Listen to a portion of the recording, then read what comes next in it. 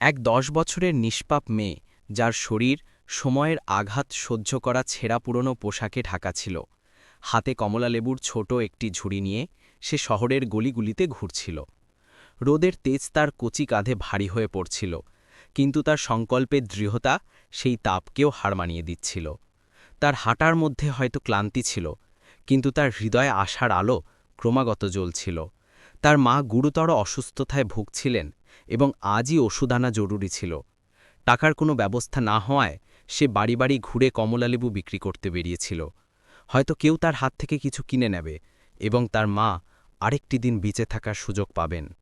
কিন্তু ভাগ্য যেন তাকে এক অজানা পথের দিকে টানছিল। সেদিন সে এমন এক জায়গায় গিয়ে পৌঁছেছিল যেখানে যাওয়ার কথা সে কখনো কল্পনাও করেনি।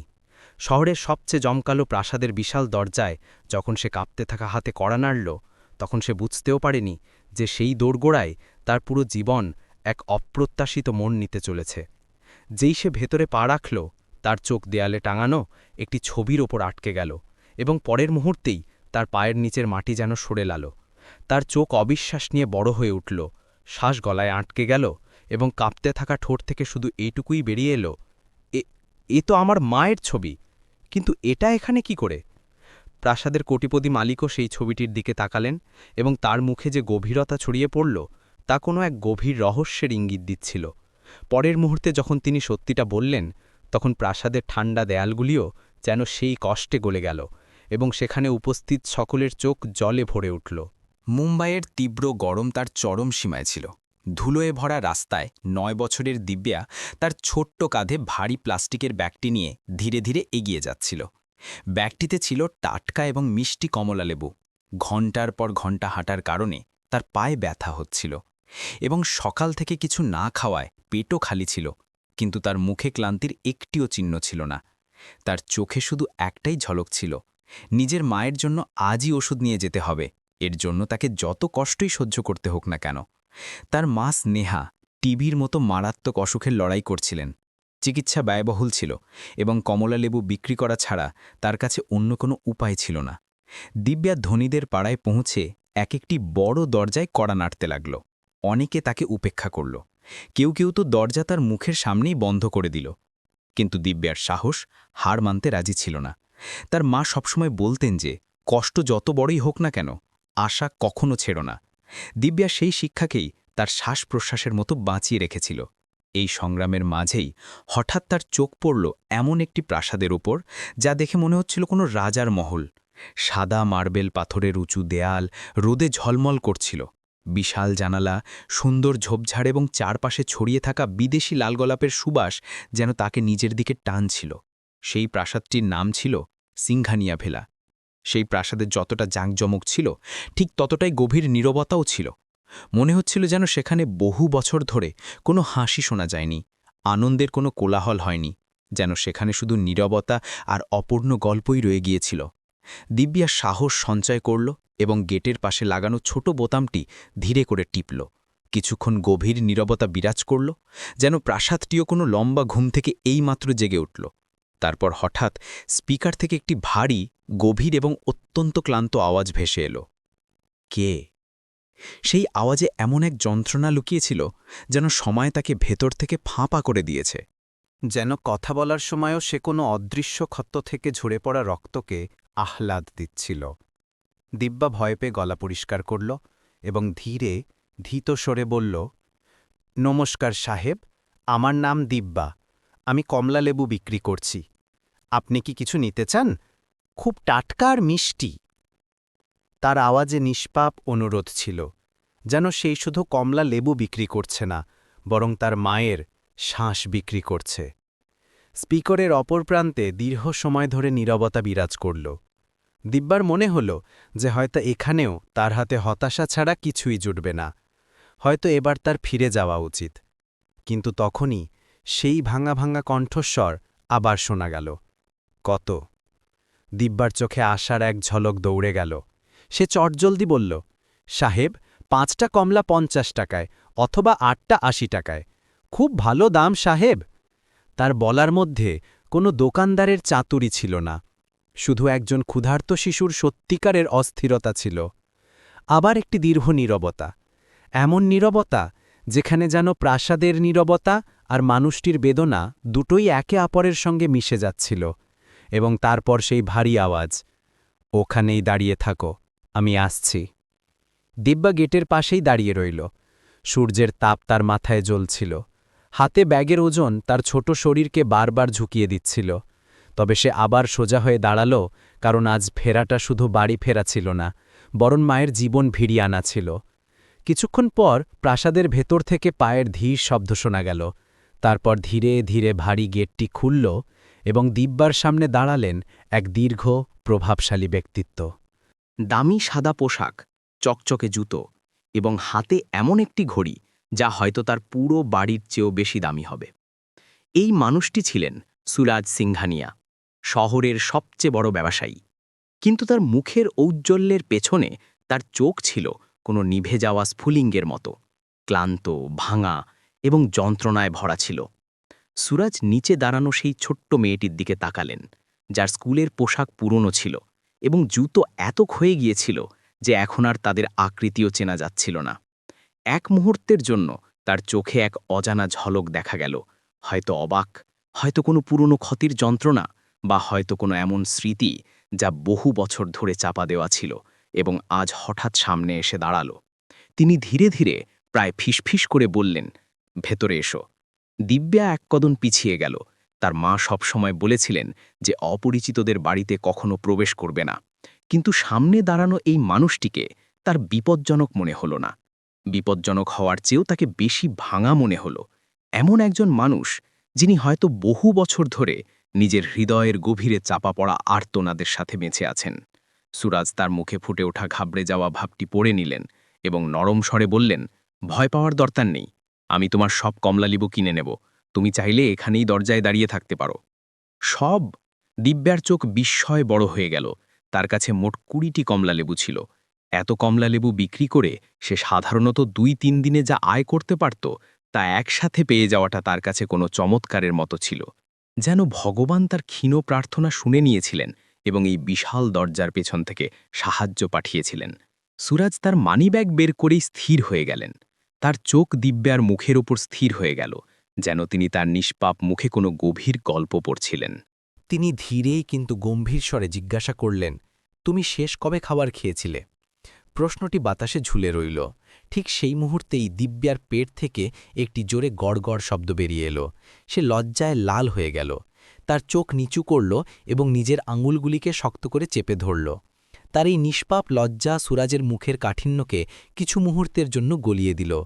তার চোখে এক ধরনের নমনীয়তা নেমে এলো, যেন কোনো পুরনো শুকনো ক্ষতের উপর ঠান্ডা বাতাস বয়ে গেল এবং যন্ত্রণা কিছুক্ষণের জন্য উপশম পেল। ভেতরে এসো, সুরাজ শান্ত এবং অত্যন্ত কোমল স্বরে বললেন। আগে তোমাকে কিছু খাওয়াই, তারপর তোমার কমলালেবুর দাম দেব। দিব্যা ক্ষুধায় দুর্বল, ক্লান্ত এবং ভীত ছিল, কিন্তু সুরাজের কণ্ঠে এসে কোনো ছলনা, কোনো মেকি ভাব অনুভব করল না। তাতে একটি সততা ছিল, এক আপনত্ব ছিল যা তার হৃদয়ের সমস্ত দ্বিধাকে মুহূর্তের মধ্যে মুছে দিল। সে ধীরে ধীরে সতর্ক পদক্ষেপে সেই বিশাল প্রাসাদে প্রবেশ করল, যার জায়গায় জায়গায় ছড়িয়ে থাকা নীরবতা তার প্রতিটি হৃৎস্পন্দনের আওয়াজ পর্যন্ত শুনতে পারছিল। সিংহানিয়া ভিলার প্রধান হল বাইরে যতটা জমকালো লাগছিল, ভেতরে তার চেয়েও বেশি রাজকীয় ছিল।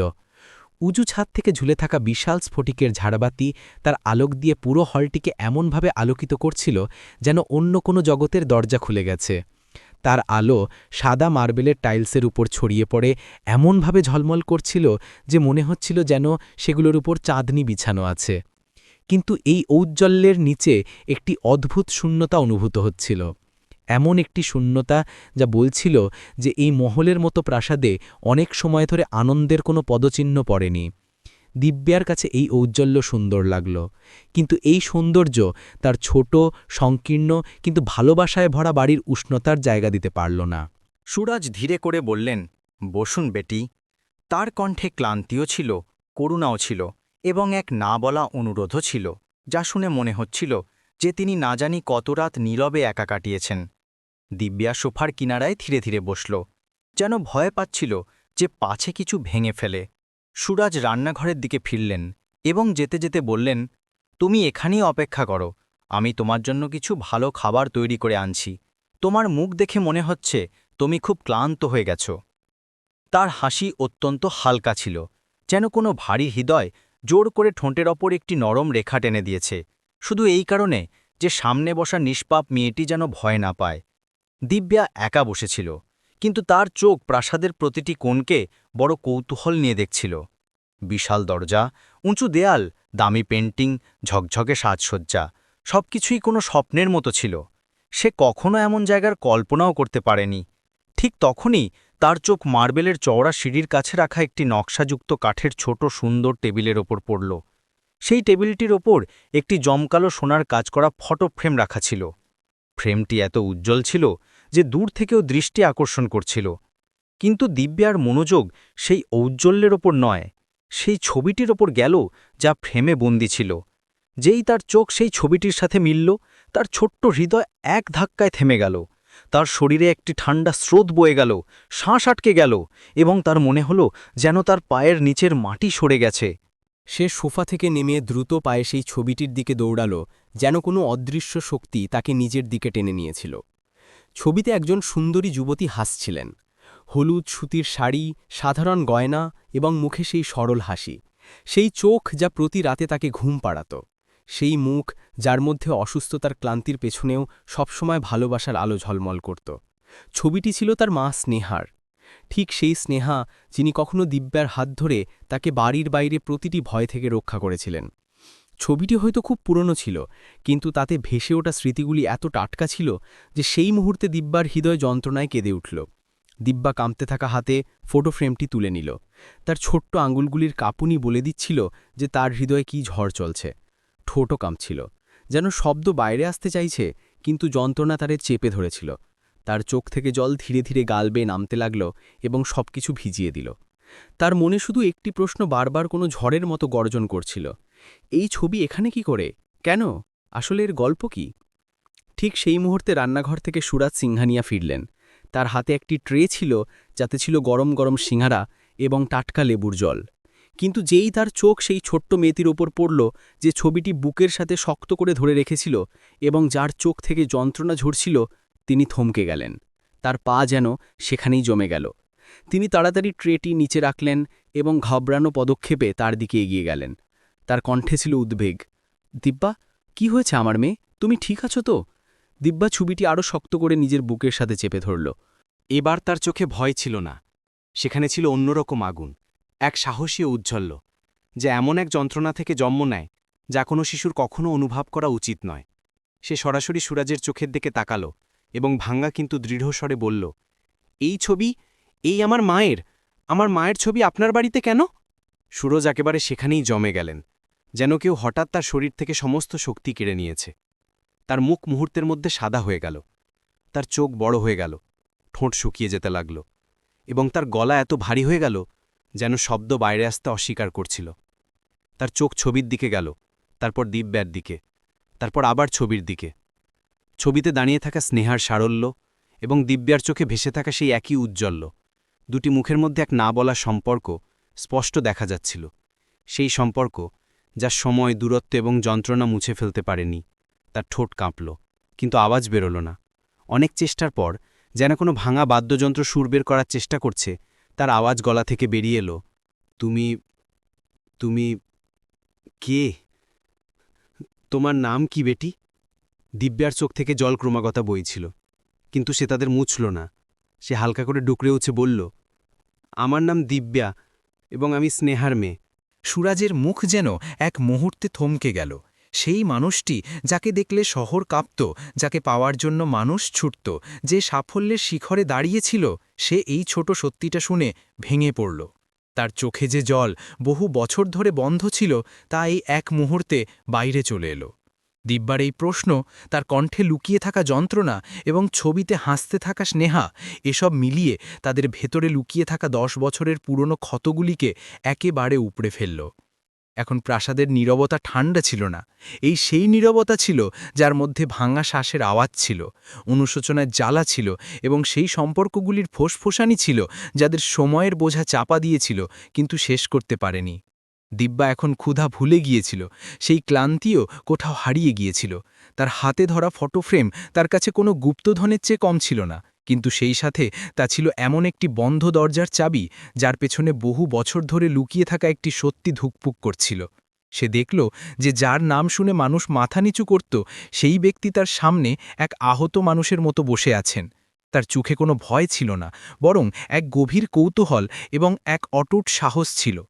সে ধীরে করে বলল, মা বলতেন যে তার কাছে এমন একটি জিনিস ছিল যা কোনো খুব ধনী মানুষের জন্য সবচেয়ে মূল্যবান ছিল এবং তিনি তা হারিয়ে ফেলেছিলেন।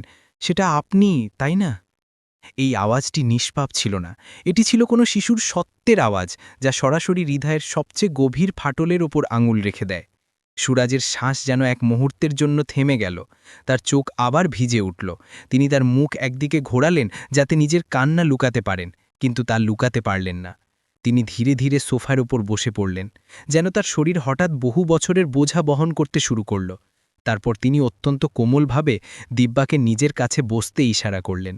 না বেটি, তিনি ভারী কিন্তু অত্যন্ত সত্যিকারের কণ্ঠে বললেন, তোমার মা যে সবচেয়ে মূল্যবান জিনিসটি হারিয়েছিলেন তা আমি ছিলাম না। সে হারিয়েছিল আমার বিশ্বাস, এবং আমি হারিয়েছিলাম তার ভালোবাসা। সুরাজ তার চোখ কিছুক্ষণের জন্য বন্ধ করলেন, এবং হঠাৎ প্রাসাদের ঠান্ডা নির্জন পরিবেশ অতীতের উষ্ণতায় ভরে উঠতে লাগল। এমন মনে হচ্ছিল যেন সময় পেছনের দিকে হেঁটেছে এবং প্রাসাদটি আবার জীবনের স্পন্দনে ভরে উঠেছে। 10 বছর আগে তোমার মা স্নেহা আমার পুরো জীবন ছিল। সে শুধু আমার সেক্রেটারি ছিল না, সে আমার প্রতিটি স্বপ্নের রূহ ছিল। আমি তাকে বিয়ে করতে চেয়েছিলাম, তাকে এই প্রাসাদের রানী বানাতে চেয়েছিলাম, তাকে প্রতিটি খুশি দিতে চেয়েছিলাম। কিন্তু আমার পরিবার, বিশেষ করে আমার বাবা, তারা এই সম্পর্ক মেনে নেননি। তাদের বক্তব্য ছিল যে একটি গরিব পরিবারের মেয়ে আমার কাছে শুধু টাকার জন্যই এসেছে, সে সম্পদের লোভী। সুরাজের কণ্ঠস্বর হঠাৎ ভারাক্রান্ত হয়ে উঠল, যেন কোনো খুব পুরনো ক্ষত আবার তাজা হয়ে তার হৃদয় চিরে দিচ্ছিল। প্রাসাদের বিশাল দেওয়ালগুলোর মধ্যে এক ভারী নীরবতা নেমে এলো। সুরাজ কিছুক্ষণ এমনি চুপ করে দাঁড়িয়ে রইলেন, যেন তার শ্বাসও অতীতের বোঝায় থেমে গিয়েছিল। তারপর তিনি ধীরে ভাঙা স্বরে বললেন, এবং তারপর একটি রাত এলো, হয়তো আমার জীবনের সবচেয়ে কালো, সবচেয়ে নির্মম রাত। সেই রাতেই আমার সব কিছু আমার কাছ থেকে কেড়ে নেওয়া হয়েছিল। স্নেহা, তার ভরসা এবং আমার নিজের উপর থেকে বিশ্বাস। দিব্যার হৃৎস্পন্দন আপনা থেকেই বেড়ে গেল।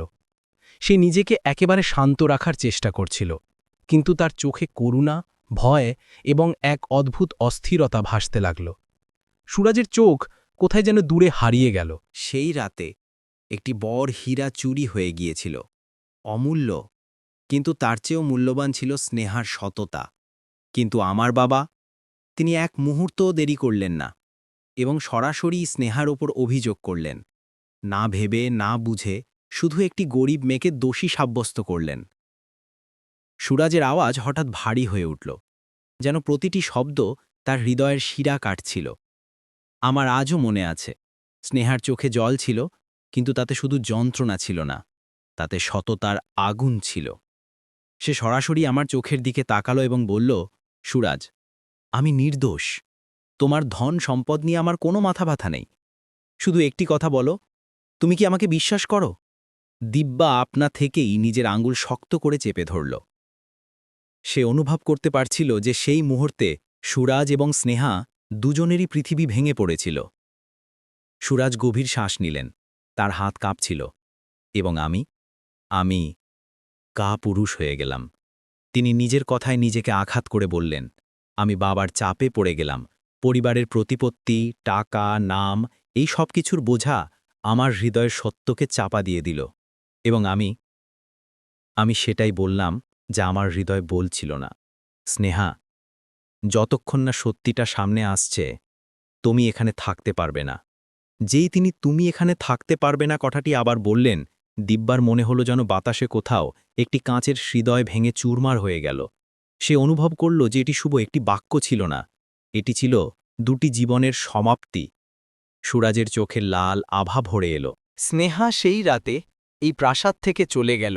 সে শুধু ঘর থেকে যায়নি, সে আমার স্বপ্ন থেকে চলে গিয়েছিল, আমার ভবিষ্যৎ থেকে চলে গিয়েছিল, আমার হৃদয় থেকে চলে গিয়েছিল। এবং আমি তার ওপর দেওয়া মিথ্যার সামনে নিজের সততাকে বন্ধক রেখেছিলাম। তিনি ধীরে করে ফটো ফ্রেমটি তুললেন এবং সেটিকে এমনভাবে দেখলেন যেন সেটি কোনো পবিত্র বস্তু। এই ছবি, তিনি ভাঙা কণ্ঠে বললেন, এটি আমি চুরি করে নিয়েছিলাম। 10 বছর ধরে প্রতি সকালে এটি দেখি, যাতে নিজেকে মনে করিয়ে দিতে পারি যে মানুষ তার সবচেয়ে মূল্যবান সম্পর্ককে শুধু এক মুহূর্তের দুর্বলতায় কিভাবে হারাতে পারে। দিব্যার চোখ থেকে জল উপচে পড়ল। সে এখন আর শুধু একটি শিশু ছিল না, সে একজন নারীর যন্ত্রণা অনুভব করছিল, একজন প্রেমিকার অসহায়তা এবং একজন মায়ের নীরবতা। সুরাজ কথা বলতে বলতে ক্লান্ত হয়ে গিয়েছিলেন। তার চোখে ক্লান্তি, যন্ত্রণা এবং অনুশোচনার স্তরগুলি স্পষ্ট দেখা যাচ্ছিল। আমি স্নেহাকে খুঁজেছিলাম, তিনি প্রায় ফিসফিস করে বললেন। প্রতিটি শহর, প্রতিটি গলি, প্রতিটি মুখে তাকে খুঁজেছিলাম। প্রতিটি মন্দিরে মাথা ঠুকে, প্রতিটি দরজায় কড়া নেড়ে তাকে ডেকেছিলাম, কিন্তু সে যেন এই দুনিয়া থেকেই উধাও হয়ে গিয়েছিল। এবং আমি কোটি কোটি টাকার সম্পদের মাঝেও প্রতি মুহূর্তে নিজেকে হারিয়ে যাওয়া মনে করতাম। প্রাসাদের ঠান্ডা বাতাস হঠাৎ ভারী হয়ে গেল। মনে হলো যেন তার দেয়ালগুলো আর্তনাদ করছিল, যেন তারাও এই একতরফা ভালোবাসার গল্প শুনতে শুনতে বুড়ো হয়ে গিয়েছিল। সুরজ ধীরে ধীরে দিব্যার হাত ধরলেন। তার হাত বড় ছিল, ভারী ছিল, ঠান্ডা ছিল, কিন্তু সেই স্পর্শে একজন বাবার আকুলতা ছিল, একজন মানুষের ভাঙন ছিল। তার গলা ধরে এলো, তুমি তার মেয়ে। তিনি কাঁপতে থাকা কণ্ঠে বললেন, আমার মেয়ে। সে 3টি শব্দ প্রাসাদের শূন্যতাকে ভেদ করে তার ভেতরে প্রাণ ভরে দিল। দিব্যার চোখের জল এখন আর থামছিল না। সে পরের মুহূর্তেই সুরজের বাহুতে মিশে গেল। সুরজ তাকে নিজের বুকে জড়িয়ে কাঁদতে লাগলেন, এমনভাবে যেন বহু বছর ধরে বন্ধ থাকা কোনো আগ্নেয়গিরি হঠাৎ ফেটে পড়েছে। তিনি শুধু দিব্যাকে জড়িয়ে ধরছিলেন না, তিনি নিজের হারিয়ে যাওয়া স্নেহাকে জড়িয়ে ধরছিলেন, নিজের ভাঙা হৃদয়কে, নিজের জীবনের সেই সমস্ত মুহূর্তকে যা তিনি নিজের ভুলেই হারিয়ে ফেলেছিলেন। দুজনে দীর্ঘ সময় ধরে এভাবেই বসে রইল, একজন বাবা এবং একজন মেয়ে, যারা ভাগ্যের কোনো অদৃশ্য সুতোয় বহু বছর আগেই একে অপরের সাথে বাঁধা পড়েছিলেন, কিন্তু আজ প্রথমবারের মতো সত্যি একে অপরের কাছে পৌঁছালেন। প্রাসাদের ঠান্ডা বাতাস এখন গরম লাগছিল, যেন বহু বছর ধরে নিভে যাওয়া কোনো স্ফুলিঙ্গ ধীরে ধীরে ছাইয়ের নিচ থেকে আবার জ্বলে উঠতে শুরু করল। সুরজ বলতে থাকলেন, নিজের ভুলগুলোর, নিজের হারানো ভালোবাসার, নিজের ভেঙে পড়া রাতগুলোর, নিজের খালি প্রাসাদ এবং সেই খালি হৃদয়ের সম্পর্কে। দিব্যা প্রতিটি শব্দের সাথে এমন এক জগতে টেনে যাচ্ছিল যা সে কখনো দেখেনি। এমন এক জগৎ যেখানে তার বাবা সেই মানুষটি ছিলেন যাকে দুনিয়া কোটিপতি মালিক সিংহানিয়া বলত, কিন্তু যিনি ভেতর থেকে একজন ভাঙা মানুষ ছিলেন, এক না শোনা আর্তনাদ হয়ে ছড়িয়ে পড়ছিলেন। যখন তার আওয়াজ অবশেষে থামল, দিব্যা ধীরে করে নিজের পকেটে হাত দিল। কিছু মুড়ে যাওয়া হালকা ভেজা নোট সে বাইরে বের করল। এই সেই নোটগুলো ছিল যা সে কমলালেবু বিক্রি করে জোগাড় করেছিল, সেই নোটগুলো যার ওপর তার পরিশ্রম, তার নিষ্পাপতা এবং তার দুনিয়ার পুরো সংগ্রাম লেখা ছিল। দিব্যা কিছুটা ভীত ছিল, কিন্তু তার চোখে এমন একটি ঔজ্জ্বল্য ছিল যা আশার শেষ প্রদীপও জ্বালিয়ে দিতে পারত। সেই নোটগুলো সুরাজের দিকে বাড়িয়ে দিল। সুরাজ সেদিকে দেখে যেন শ্বাস নিতেই ভুলে গেলেন। তার চোখে বাবার যন্ত্রণা এবং মানুষের ভেঙে পড়া দুটোই একসাথে ফুটে উঠল। এ কি বেটি? তিনি ধীরে কাঁপতে থাকা কণ্ঠে জিজ্ঞাসা করলেন। দিব্যা হালকা করে চোখের পলক তুলল। তার চোখে না ছিল শৈশবের সরলতা, না ছিল দারিদ্র্যের ভয়, সেখানে ছিল শুধু একটি শিশুর নিজের মায়ের জন্য অস্থির কান্না। এ আমার মায়ের ওষুধের টাকা, সে ধীরে ধীরে বলল, যেন প্রতিটি শব্দ তার ছোট হৃদয়কে চিরে দিচ্ছিল। এখন যখন আপনি আমার বাবা, তখন কি আপনি আমার মাকে ঠিক করে দেবেন? তিনি খুব অসুস্থ, তার রোজ কাশি আসে, খুব ব্যথা হয় তার। সুরাজের হৃদয়ে সেই মুহূর্তে কোনো মোমের মতো গলে গেল, যেন তিনি প্রথমবারের মতো বুঝতে পারছিলেন যে আসল সম্পদ কি হয়। সেটা নয় যা ব্যাংকে রাখা থাকে, বরং সেটা যা কোনো আপনজনের শ্বাস বাঁচায়। তিনি দিব্যাকে নিজের বাহুতে টেনে নিলেন এবং তার কপালে একটি গভীর স্থির প্রতিশ্রুতি ভরা চুম্বন দিলেন। কিছু হবে না তোমার মায়ের বেটি, আমি আছি তো, আমি ওয়াদা করছি, আমার থাকতে তাকে কোনো কষ্ট হতে দেব না, সবচেয়ে বড় ডাক্তার আসবে, সবচেয়ে বড় চিকিৎসা হবে। তিনি তৎক্ষণাৎ উঠে দাঁড়ালেন, এবার একজন বাবা হিসাবে যার সামনে পৃথিবীর কোনো দেয়াল জাড়িয়ে থাকতে পারত না। তিনি ম্যানেজারকে ফোন করলেন এবং আদেশ দিলেন যে সিংহানিয়া ভিলার একটি পুরো উইং স্নেহার জন্য তৈরি করা হোক। প্রতিটি জিনিস সবচেয়ে ভালো হতে হবে, একটিও কমতি নয়, বুঝলে, একটিও নয়। তাঁর কণ্ঠে এমন দৃঢ়তা ছিল যা শুনে প্রাসাদের প্রতিটি কোণ জেনে গেল যে আজ একটি ভাঙা গল্পের অর্ধেকটা ঠিক হতে চলেছে। কিছুক্ষণ পরেই সুরাজ আর দিব্যা একটি দামি কিন্তু আড়ম্বরহীন গাড়িতে করে সেই বস্তির দিকে রওনা হলেন, যেখানে জীবন এখনও সংগ্রামের শ্বাস নিচ্ছিল। গাড়িতে বসে তারা সেই সংকীর্ণ গলিগলি দিয়ে প্রবেশ করা মহল্লার দিকে এগিয়ে যাচ্ছিলেন। রাস্তা জুড়ে দিব্যা সুরাজের হাত শক্ত করে ধরে রেখেছিল, যেন বহু বছর ধরে অন্ধকার সুরঙ্গে হাঁটতে হাঁটতে হঠাৎ সে এক অবলম্বন পেয়েছিল। সুরাজও তার হাত এমনভাবে ধরলেন যেন তিনি তার হারিয়ে যাওয়া বছরগুলোকে, তার অতীত জীবনকে, তার ভেঙে যাওয়া পিতৃত্বকে আবার ফিরে ধরছিলেন। গাড়ি যখন বস্তি এলাকায় থামল, সুরাজের হৃদয়ে কিছু একটা গভীরভাবে বিঁধল। যে মেয়েটিকে তিনি কখনো তার প্রাসাদের রানী করে রাখতে চেয়েছিলেন, সে আজ একটি ভাঙা ঘরে অসুস্থতার সঙ্গে লড়ছিল। এই দৃশ্য তার হৃদয়ে হাতুড়ির মতো আঘাত করল। ভেতরে স্নেহা একটি পুরনো খাটিয়ায় শুয়েছিল, তার ওপর একটি পাতলা চাদর ছিল, যেন বাতাস থেকেও হালকা। তার মুখ ফ্যাকাশে, চোখের নিচে গভীর কালি, বুক থেকে ওঠা কাশির আর্তনাদ সবকিছু চিৎকার করে বলছিল যে জীবন এখানে প্রতিটি শ্বাস-প্রশ্বাসের জন্য লড়ছিল। দিব্যা দৌড়ে তার কাছে পৌঁছাল এবং তার হাত ধরল। স্নেহা তার ক্লান্ত চোখ খুলল এবং হালকা হাসার চেষ্টা করল। দিব্যা, তুই কোথায় ছিলি বেটি? কমলালেবু বিক্রি হয়ে গেল? তার ক্ষীণ কণ্ঠে ক্লান্তিও ছিল এবং মায়ের সেই অসীম ভালোবাসাটাও ছিল। এরই মধ্যে দরজায় একটি লম্বা গম্ভীর ছায়া ভেসে উঠল। স্নেহা মাথা ঘোরাল এবং সুরাজকে দেখল। তার শ্বাস যেন এক মুহূর্তের জন্য থমকে গেল। তার চোখে প্রথমে বিস্ময় নামল, তারপর এমন এক গভীর নীরবতা যেখানে বহু বছরের যন্ত্রণা, আকুলতা, প্রতারণা এবং অপূর্ণ ভালোবাসা একসাথে উথলে উঠল। সুরাজ ধীরে ধীরে এগিয়ে গেলেন, প্রতিটি পদক্ষেপ যেন অপরাধ বোধের ভারে ভারী ছিল। তিনি স্নেহার সামনে হাঁটু গেড়ে বসলেন, মাথা ঝুঁকে গেল, মন কোনো শিশুর মতো কাঁদতে লাগল। স্নেহা তার কণ্ঠস্বর ভেঙে মেঝেতে ছড়িয়ে পড়ল। আমাকে ক্ষমা করে দাও, আমার ভুলের জন্য আমাদের পৃথিবী ভেঙে গেল। আমি তোমাকে খুঁজেছি, সব জায়গায় খুঁজেছি, প্রতিটি রাস্তায়, প্রতিটি শহরে, প্রতিটি মুখে, কিন্তু তুমি চলে গেলে। আমি তোমাকে হারিয়ে নিজেও হারিয়ে গেলাম। স্নেহা, আমাকে ক্ষমা করে দাও, আমি তোমার এই অবস্থা দেখে নিজেকে ক্ষমা করতে পারছি না। ঘরে গভীর নীরবতা নেমে এলো, এমন নীরবতা যেখানে শুধু 3টি হৃদয়ের স্পন্দন ছিল, 3টি অপূর্ণ গল্প এবং একটি ভেঙে যাওয়া অতীতের বোঝা। স্নেহার ঠোঁট কাঁপল, তার চোখের পাতায় যন্ত্রণা ঝলকে উঠল, এবং এবার সেই মুহূর্তটি এলো যার উপর এই গল্পের পুরো ভবিষ্যৎ নির্ভর করছিল। একটি শ্বাস, একটি শব্দ, এবং বিগত 10 বছরের ইতিহাস বদলে যেতে পারত। স্নেহা ধীরে ধীরে তার কাঁপতে থাকা হাতটি তুললেন, সেই হাত যা একসময় সুরাজের হাত ধরে সারা জীবনের স্বপ্ন দেখতে শুরু করেছিল। আজ সেই হাতে এত দূরত্ব ছিল, এত যন্ত্রণা ছিল যে মনে হচ্ছিল তা দুজনের মাঝে এক অদৃশ্য দেয়াল হয়ে দাঁড়িয়েছিল। তার আঙুলগুলো বাতাসে থমকে গেল, যেন হৃদয় মানছিল কিন্তু আত্মা তখনও লড়াই করছিল।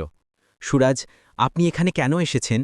তার কণ্ঠস্বর চাপা যন্ত্রণা নিয়ে বেরিয়ে এলো, কিন্তু শব্দে সেই পুরনো দৃঢ়তা ছিল, সেই আত্মসম্মান, সেই ভেঙে যাওয়া আত্মার তীক্ষ্ণ সত্যি যা বহু বছর ধরে তার ভেতরে জমেছিল।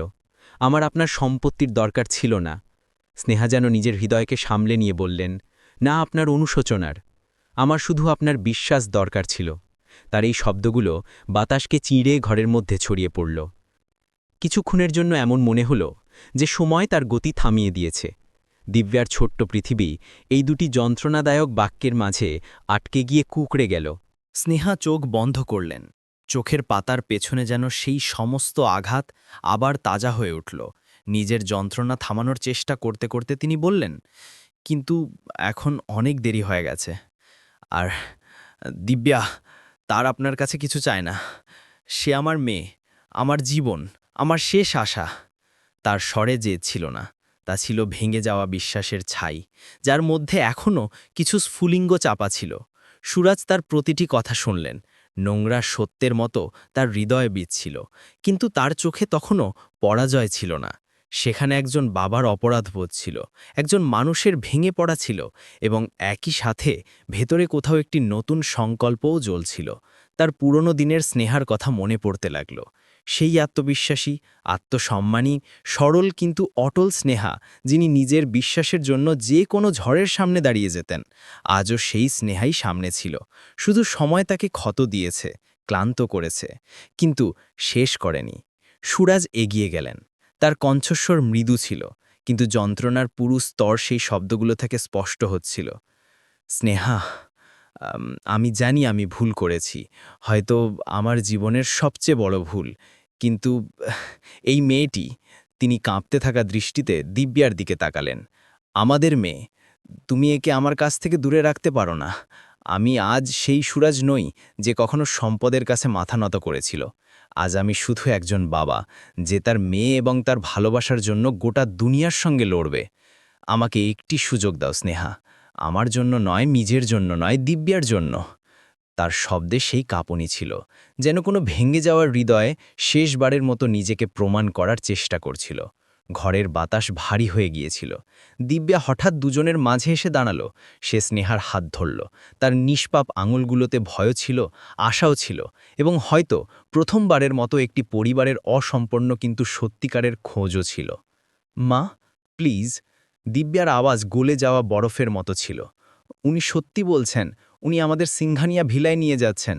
আপনার জন্য সবচেয়ে ভালো ডাক্তার আসবে। মা প্লিজ, না করো না।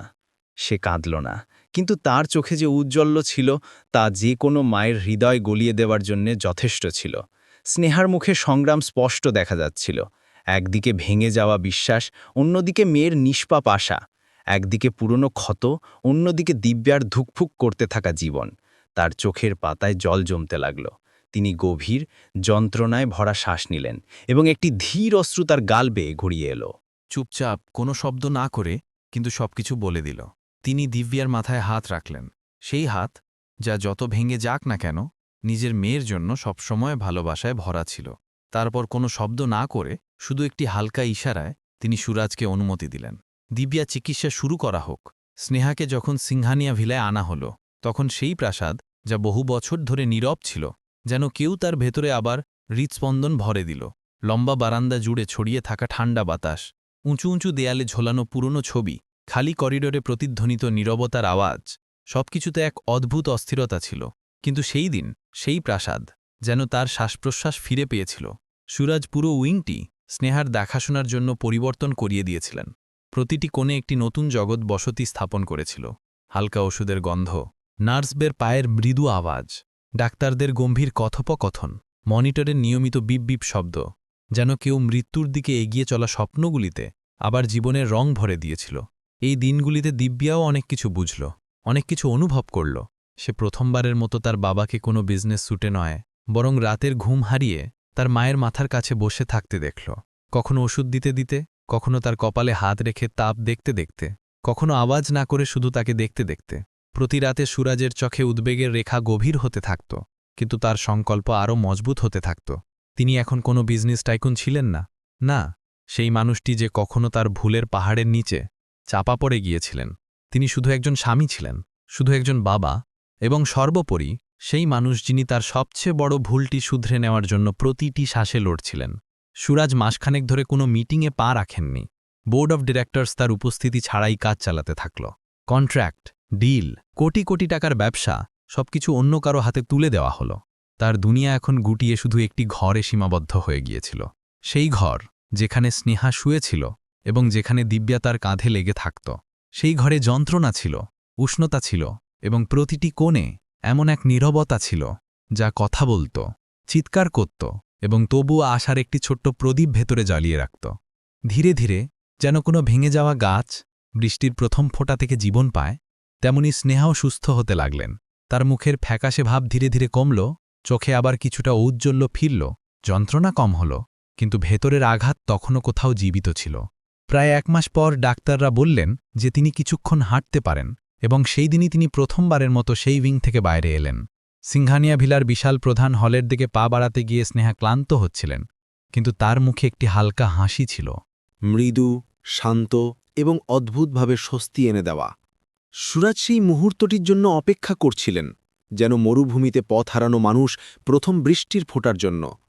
তিনি মাস ধরে নিজের মনে এই দৃশ্য এঁকেছিলেন যে একদিন স্নেহা আবার দাঁড়াবেন, নিজের পায়ে, নিজের শক্তিতে, এবং তিনি আবার তার হাত ধরতে পারবেন। এবং আজ সেই মুহূর্ত শক্তি তার সামনে ছিল। যেই স্নেহা প্রধান দরজার কাছে পৌঁছালেন, সুরাজ এগিয়ে গিয়ে তাকে থামালেন। তার আওয়াজ বেরোনো না, তার চোখ জলে ভরে গিয়েছিল, ঠোঁট কাঁপছিল। সেই মুহূর্তটি এমন ছিল যেন শব্দগুলি নিজেরাই একটি কঠিন দেয়ালের পিছনে নিজেদের বন্ধ করে নিয়েছিল। স্নেহা কিছুক্ষণ দাঁড়িয়ে রইলেন, দুর্বল কিন্তু তবুও শক্তিশালী। ভেঙে গিয়েছিলেন কিন্তু তবুও জীবিত। 10 বছরের যন্ত্রণার বোঝা বহন করেও তবুও এই আশার সাথে যে হয়তো কিছু বদলাবে, হয়তো কিছু ঠিক হবে। সুরাজের চোখে এবার পুরনো সুরাজ ছিল না, না অহংকার, না অধিকার, না সেই দিনের অন্ধ সিদ্ধান্ত, শুধু অনুশোচনা ছিল, এত গভীর যে শ্বাস নেওয়াও কঠিন করে তুলছিল। তার ভালোবাসা ঠিক ততটাই শান্ত ছিল যতটা যন্ত্রণা, এবং ততটাই সত্যি যতটা তার চোখে ভেসে থাকা আর্দ্রতা। তিনি নিজেকে সামলে নিয়ে বললেন, স্নেহা, তার কণ্ঠস্বর হালকা করে ভেঙে গেল, আমি জানি যে তোমার স্বাস্থ্য এখনও পুরোপুরি ঠিক হয়নি, কিন্তু আমি এখন আর অপেক্ষা করতে পারছি না। আমি 10 বছর আগে তোমাকে হারিয়েছিলাম কারণ আমি বোকা ছিলাম, ভীতু ছিলাম, এবং এখন আমি তোমাকে আবার হারানোর সাহস রাখি না। তার শ্বাস দ্রুত চলছিল, যেন প্রতিটি শব্দ তার হৃদয়ের সবচেয়ে গভীর পাথর থেকে ভেঙে বেরিয়ে আসছিল। আমি তোমার বিশ্বাস ভেঙেছিলাম, কিন্তু তুমি এই বাড়িতে আমার সম্পদের জন্য আসনি স্নেহা। তুমি এখানে তোমার অধিকার নিয়ে এসেছ, তোমার মেয়ের জন্য, এবং আজ তুমি ছাড়া এই বাড়ি, এই সম্পদ, এই প্রাসাদ সব কিছু বেকার। সুরাজ এগিয়ে গিয়ে টেবিলের দিকে ইশারা করলেন।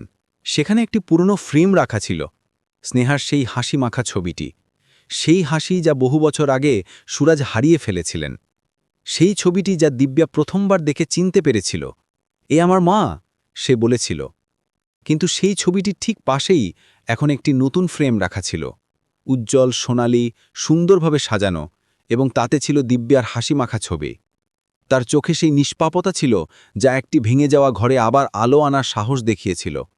সেই দুইটি ছবি একসাথে রাখা যেন বলছিল, এটাই আমার পরিবার, এটাই আমার দুনিয়া। সুরাজ স্নেহার চোখের দিকে তাকিয়ে ধীরে করে বললেন, যেদিন দিব্যা আমাকে জিজ্ঞাসা করেছিল যে তার মায়ের ছবি আমার বাড়িতে কেন আছে, সেই দিনই আমার জীবন বদলে গেল স্নেহা। সেই ছোট্ট প্রশ্নটি আমার ভেতরে লুকিয়ে থাকা অন্ধকারকে আলো দেখালো। সে আমাকে মনে করিয়ে দিল যে কোনো মানুষের বিশ্বাস, যে কোনো সম্পদ, যে কোনো ক্ষমতা, যে কোনো সাম্রাজ্য থেকেও বড় ধন। আমি সব কিছু হারিয়েছিলাম, কিন্তু তার প্রশ্ন আমাকে আবার বাঁচতে শিখিয়ে গেল। সুরাজের গলা ধরে এলো। তার শব্দে সেই যন্ত্রণা ছিল যা কেবল তিনিই বুঝতে পারতেন, যিনি নিজেই নিজের ভুলে নিজের জীবন ভেঙেছেন। তারপর তিনি একটি ধীর, সতর্ক পদক্ষেপে স্নেহার সামনে হাঁটু গেড়ে বসতে বসতে নিজের পকেট থেকে একটি ছোট্ট সোনার আংটি বের করলেন। সেই আংটিটি খুব সাধারণ ছিল, তাতে না হীরা ছিল, না কোনো উজ্জ্বল পাথর, না কোনো দামি নকশা, কিন্তু তাতেই সুরাজের পুরো জীবন ছিল, তার অপরাধবোধ, তার স্মৃতি, তার রাতের জেগে থাকা আকুলতা, তার হারানো সাহস, এবং সর্বোপরি তার সত্যিকারের নির্মল ভালোবাসা। সুরাজ কাঁপতে থাকা আঙুলগুলোতে সেই আংটিটি ধরে বললেন, স্নেহা, আমি তোমার জন্য কোনো হিরে আনিনি, কারণ আমি শিখেছি যে তোমার বিশ্বাস পৃথিবীর প্রতিটি হীরার চেয়ে বেশি দামি। আমি চাই যে এই আংটিটি তোমার আঙুলে ঝলমল করুক, যাতে প্রতিদিন তোমার মনে থাকে যে আমি এখন সেই সুরাজ নই যে তোমাকে একা ফেলে এসেছিল। আমি সেই সুরাজ যে তোমাকে হারিয়ে শিখেছে যে ভালোবাসার মানে অধিকার নয়, বরং সমর্পণ হয়। তার আওয়াজ ভেঙে যেতে লাগল, শব্দগুলি যেন কাঁপতে থাকা ঠোঁট থেকে পিছলে যাচ্ছিল। স্নেহা, তুমি কি আমাকে তোমার বিশ্বাস আবার দেবে? তুমি কি আমার স্ত্রী হবে? এবার কোনো সম্পর্কের বাধ্যবাধকতা নয়, বরং আমার হৃদয়ের স্পন্দন হয়ে, যেমন তুমি সবসময় ছিলে, যেমন তুমি আজও আছো। স্নেহার চোখে হঠাৎ জল ভরে এলো, কিন্তু এই জল যন্ত্রণার ছিল না, এই অশ্রুতে স্বস্তি ছিল। যেন বহু বছরের না শোনা প্রার্থনা আজ পূর্ণ হল। তাতে ভালোবাসা ছিল, সেই পুরনো, সেই সত্যি, সেই গভীর প্রেম যা কখনো শেষ হয়নি। এবং তাতে সেই ভরসা ছিল যা 10 বছরের অন্ধকার পেরিয়েও তার শিখা নিভতে দেয়নি। স্নেহা ধীরে করে এগিয়ে এসে সুরাজের হাত ধরলেন। তার স্পর্শ আজও একই রকম ছিল, উষ্ণ, শান্ত, সত্যি। তিনি সুরাজকে হাঁটু থেকে তুললেন। তার চোখে শান্তি ছিল, গভীরতা ছিল, এবং কোনো পুরনো যন্ত্রণার ছায়া ছিল না। সেই দৃষ্টি ছিল যা কখনো কলেজের দিনগুলিতে সুরাজের উপর স্থির থাকত, পবিত্র, সরল, স্বচ্ছ। স্নেহা খুব ধীরে কিন্তু অত্যন্ত আবেগপূর্ণ স্বরে বললেন, সুরাজ, যদি আজ আমি তোমার চোখে দেখতে পাই, তবে শুধু এই কারণেই যে এখন সেগুলিতে অবিশ্বাসের কোনো ছায়া নেই। তুমি সত্যিই বদলে গেছ, এবং যখন কোনো মানুষের হৃদয় বদলায় তখন তার জগতও বদলে যায়। তার ঠোঁটে একটি হালকা কিন্তু মন থেকে আসা হাসি ফুটে উঠল, সেই হাসি যা সুরাজ 10 বছর আগে হারিয়েছিলেন। এবং হ্যাঁ, আমি তোমাকে আমার বিশ্বাস আবার দিচ্ছি সুরাজ। স্নেহা তার আঙুলটি এগিয়ে দিলেন। সুরাজের হাত কাঁপতে লাগল, যেন এই মুহূর্তটি শুধু একটি আংটি পরানোর নয়, বরং 10 বছর পুরনো ভেঙে যাওয়া জীবনকে পুনরায় জুড়ে দেওয়ার ছিল। তিনি ধীরে ধীরে অত্যন্ত সতর্কতার সাথে আংটিটি স্নেহার আঙ্গুলে পরিয়ে দিলেন। সেই মুহূর্তে সিংহানিয়া ভিলার বিশাল হলে যেন বাতাস থমকে গেল। দেয়ালে ঝোলানো পুরনো ছবিগুলি মৃদু হাসল। সিঁড়িতে পড়ে থাকা ধুলো ভরা কার্পেটও যেন এক নতুন সকাল অনুভব করতে লাগল, এবং অনুভূত হল যে সেই দিন এই বাড়িতে শুধু একটি আংটি নয়, একটি পরিবারের পুনর্জন্ম হয়েছিল। ঠিক সেই মুহূর্তে দিব্যা দৌড়ে এলো। তার ছোট্ট হাসিমাখা জগৎ এই দুজন মানুষের মাঝে এসে দাঁড়াল। সে দুজনের হাত নিজের ছোট ছোট হাতে ধরল এবং সরলভাবে হেসে বলল, এখন এখন আমাদের পরিবার পুরো হয়ে গেল, তাই না সুরাজ? এবং স্নেহা দুজনের চোখ জলে ভরে এলো, এবং সেই দিন সেই ছোট্ট আংটিটি 10 বছরের অন্ধকার মুছে দিল, দুটি ভাঙা হৃদয়কে আবার জুড়ে দিল, এবং এমন একটি পরিবারের জন্ম দিল যার বাঁধন দিব্যার নিষ্পাপ হাতগুলি সবার আগে ধরেছিল। সুরাজ খুব ধীরে করে স্নেহার চোখের দিকে তাকালেন। তার আওয়াজ এত হালকা ছিল যে যেন তিনি প্রতিটি শব্দ বলার আগে ভেঙে যাচ্ছিলেন।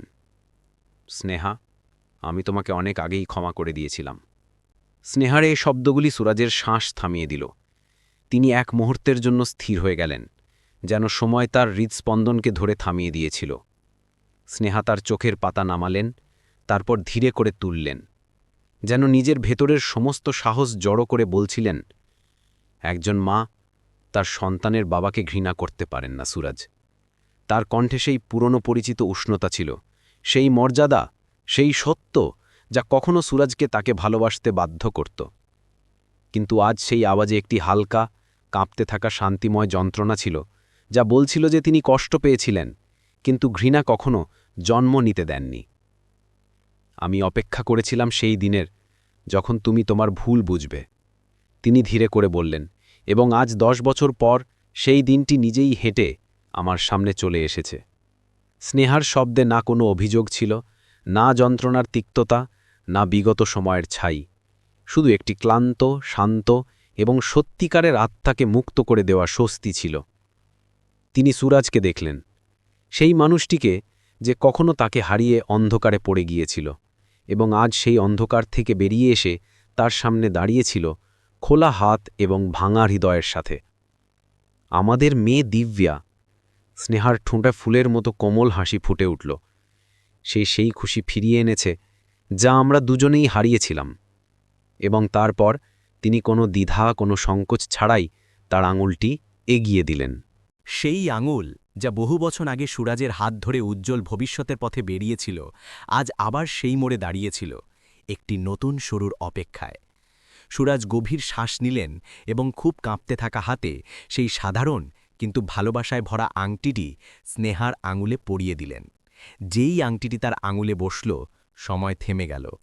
10 বছরের যন্ত্রণা, দূরত্ব, ভুল বোঝাবুঝি, একাকিত্ব সব কিছু গলে বাতাসে মিশে যেতে লাগল। হলের আলো কিছুটা নরম হয়ে গেল, বাতাস কিছুটা আরও থমকে গেল, এবং সিংহানিয়া ভিলার দেয়ালগুলি দীর্ঘ ঘুমের পর যেন প্রথম শ্বাস নিল। ঠিক তখনই দূর থেকে একটি হালকা ঠুং ঠুং শব্দ এলো, ছোট ছোট পায়ের আওয়াজ, দিব্যা তার স্কুল ইউনিফর্মে দৌড়ে এসে তাদের মাঝে দাঁড়াল। তার চোখ উজ্জ্বল হচ্ছিল। সে দুজনকে তার ছোট্ট বাহুতে জড়িয়ে ধরল এবং আনন্দে চিৎকার করে বলল, এখন আমাদের পরিবার পুরো হয়ে গেল। সেই নিষ্পাত আওয়াজ সেই বিশাল প্রাসাদের প্রতিটি দেয়ালে প্রাণ সঞ্চার করল। সেই প্রাসাদ, যা বহু বছর ধরে শুধু আলো এবং জাঁকজমক দিয়ে ভরা ছিল, আজ প্রথমবারের মতো হৃদয়ের উষ্ণতায় ঝলমল করে উঠল। দীর্ঘ সময় ধরে বন্ধ থাকা ঘরগুলিতে যেন হাসির প্রতিধ্বনি ফিরে এলো।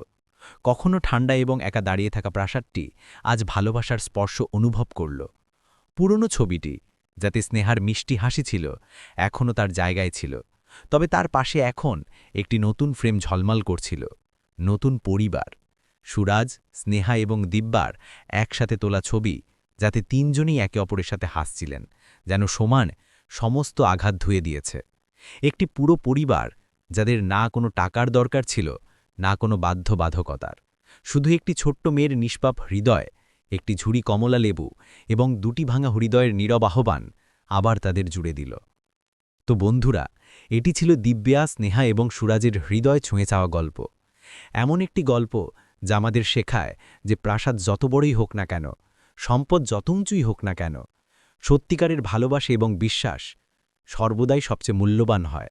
এবং যদি কখনো ভেঙে যায়, তবে সেগুলোকে জুড়ে দেওয়ার জন্য শুধু একটি সুযোগ দরকার হয়, একটি আশা এবং প্রায়শই একটি শিশুর নিষ্পাপ হৃদয়।